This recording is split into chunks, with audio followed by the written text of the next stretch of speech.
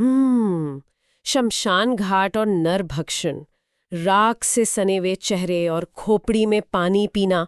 मतलब अगर आज के समय में इंटरनेट या सोशल मीडिया पर अघोरी शब्द सर्च किया जाए ना, तो एल्गोरिदम सीधा एक बहुत ही खौफनाक दुनिया में धकेल देता है। हाँ बिल्कुल। और स्क्रीन पर जो तस्वीरें आती हैं उन्हें देखकर तो ऐसा लगता है जैसे अध्यात्म और हॉरर फिल्मों के बीच की लकीर एकदम मिट रही हो। सही कहा आपने। लेकिन क्या हो अगर ये कहा जाए कि इंटरनेट की ये डरावनी तस्वीरें असल में दुनिया के सबसे शांत और सबसे गहरे दर्शन को छुपाने का महज एक पर्दा है। आज की इस गहन चर्चा में हम इंटरनेट के इस शोरगुल को हटाकर अब घोर परंपरा की असली सच्चाई को सामने रखेंगे। एकदम सही। और इस चर्चा का आधार है अवधूत अलखराम जी का एक बेहद विस्तृत और गहराई से भरा इंटरव्यू, जो इस पूरी धारणा को जड़ से पलट कर रख देता है।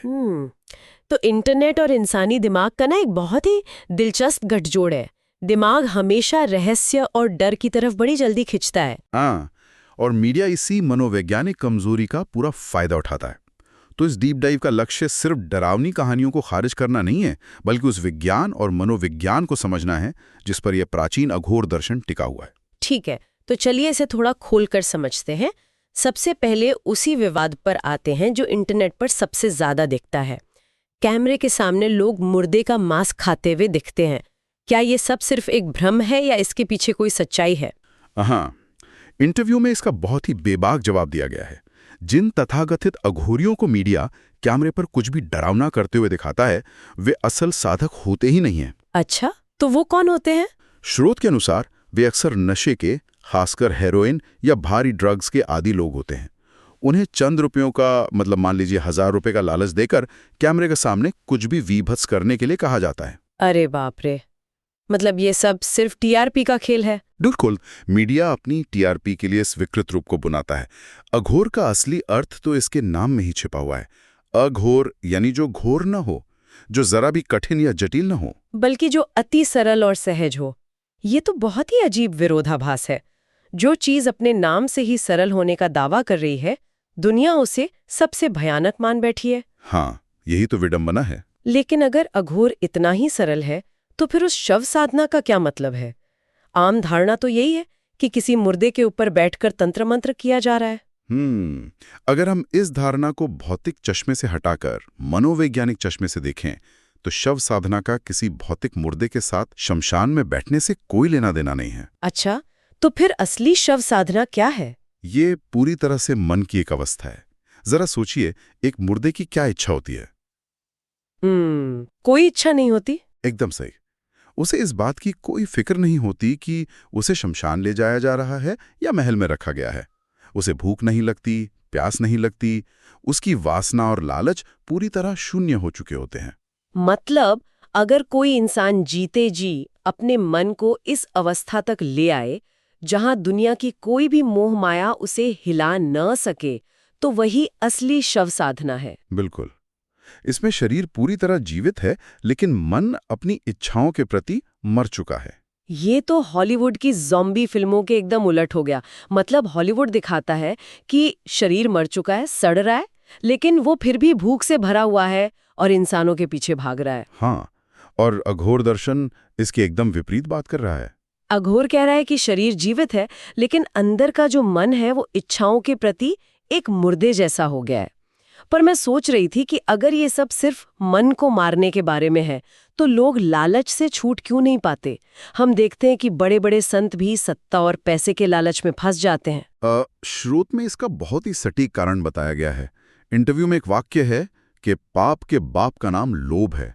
पाप के बाप का नाम लोभ है। बहुत गहरी बात है। हाँ, लालच ही सारी बुराइयों की असली नींव है। जो तथाकथित संत मंच पर बैठकर ज्ञान बांटते हैं, लेकिन अंदर से क्रोध से भरे हैं, वे असल में स्पिरिचुअल ईगो या आध्यात्मिक अहंकार के शिकार हैं। मतलब उन्हें लगता है कि उनका ज्ञान या उनके फॉलोअर्स सबसे बड़े हैं। सही कहा। ये जो मैं और मेरा का भाव है, यही मन को कभी मरने नहीं देता। जब तक ये अहंकार है, इंसान लाख मंत्र पढ़ ले, वो असली अघोरी नहीं बन सकता। अगर अहंकार को पूरी तरह शून्य करना ही लक्ष्य है, तो ये बात समझ में आती है कि अघोरी लोग शिव की इतनी उपासना क्यों करते हैं।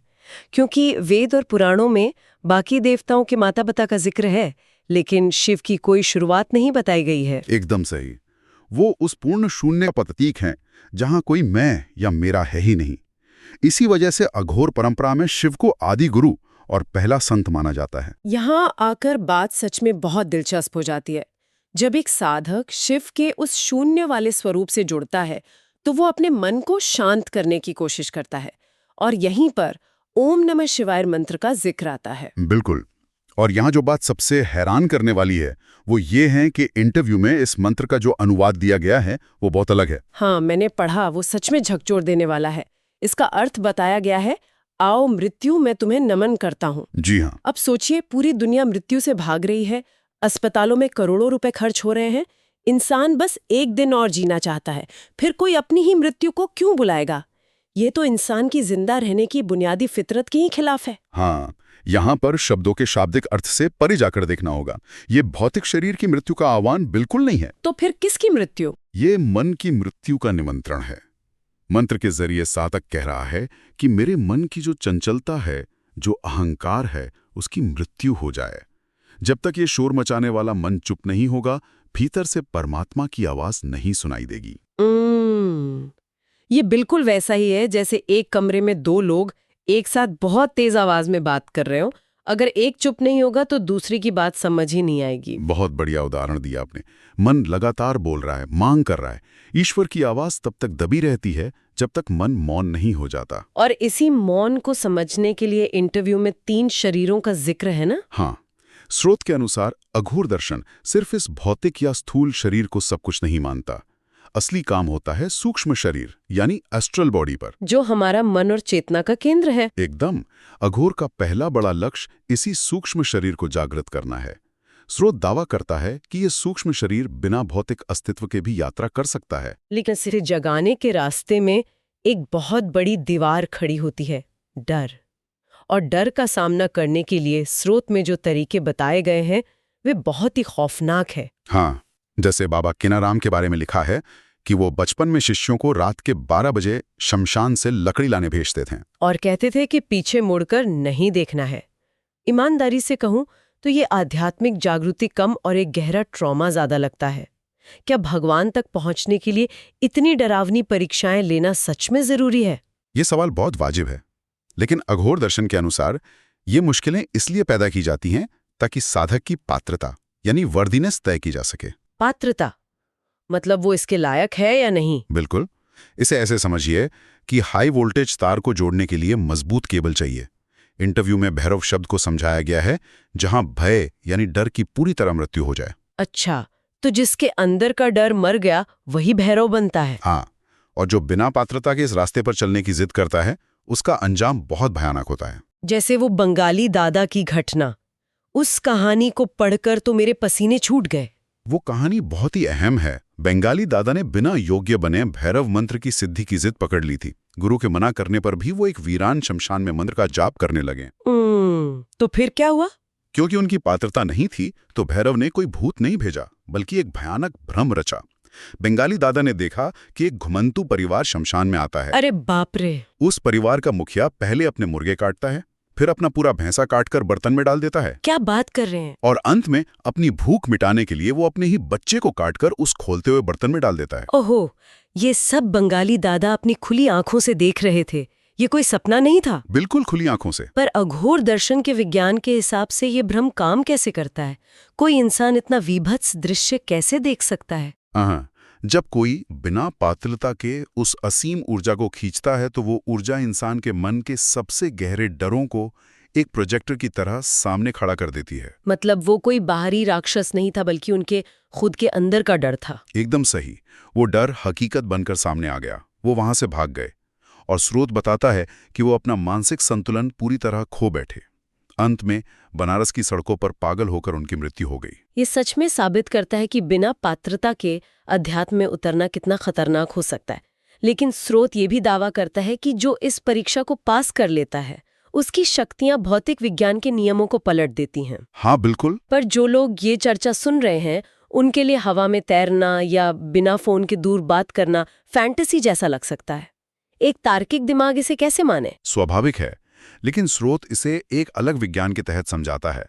इंटरव्यू में हिमाचल प्रदेश के एक 12-13 साल के बच्चे का जिक्र है जो 40-50 फुट हवा में तैरते हुए ध्यान लगा रहा था। आम भौतिकी तो कहेगी कि ये ग्रेविटी के खिलाफ है। हाँ, लेकिन स्रोत का तर्क है कि ग्रेविटी केवल भौतिक शरीर को बांधती है। अगर साधक अपनी चेतना को सूक्ष्म शरीर में ले आया है तो पृथ्वी के नियम उस पर लागू ही नहीं होते। तो ये कोई जादू नहीं बल्कि आध्यात्मिक भौतिकी का एक अलग स्तर है। और मजेदार बात यह है कि ये सिद्ध संत कभी अपनी शक्तियों का दिखावा नहीं करते, जैसे उस विदेशी की डायरी वाली घटना। हाँ, वो अंग्रेज जो संतों को ढोंगी साबित करना चाहता था। वो औघड़ भगवान राम जी के आश्रम पहुंचा और बताया कि अमेरिका में उसकी डायरी छूट गई है और पहला अक्षर याद नहीं आ रहा। और औघड़ भगवान राम जी ने बिना कोई तंत्र मंत्र किए वहीं बैठे बैठे उसे डायरी का पहला अक्षर बता दिया। क्या बात है। और सिर्फ यही नहीं, उन्होंने अमेरिका में बैठी उसकी बीमार माँ का इलाज भी कर दिया। बिल्कुल, स्रोत इसे सूक्ष्म शरीर के जागृत होने का सबसे बड़ा प्रमाण मानता है। चेतना समय और दूरी की सारी सीमाओं को पार कर चुकी है, पर उठ जाता है तो दुनिया की राजनीति भी उसके लिए कोई मायने नहीं रखती। जैसे वो पूर्व प्रधानमंत्री चंद्रशेखर जी वाली घटना। चंद्रशेखर जी आश्रम में झाड़ू लगाते थे। एक दिन बाबा ने उनसे कहा कि जाइए दिल्ली में जाके बैठिए, आपके लिए हेलीपैड बन रहा है। और महज 3 दिन के अंदर वो देश के प्रधानमंत्री बन गए। सोचिए, जो इंसान खुद जमीन पर बैठा है वो देश का प्रधानमंत्री तय कर रहा है।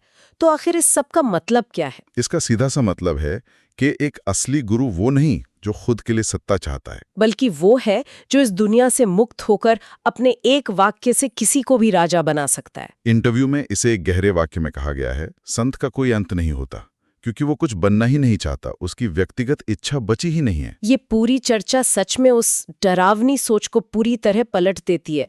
अघोर का असली रास्ता कैमरे के सामने मांस खाना नहीं, बल्कि अपने मन की वासनाओं को शून्य करना है। एकदम, और अपने अंदर के डर को खत्म करना है। इस यात्रा में एक जरूरी साथी होता है जिसका जिक्र इंटरव्यू के अंत में है।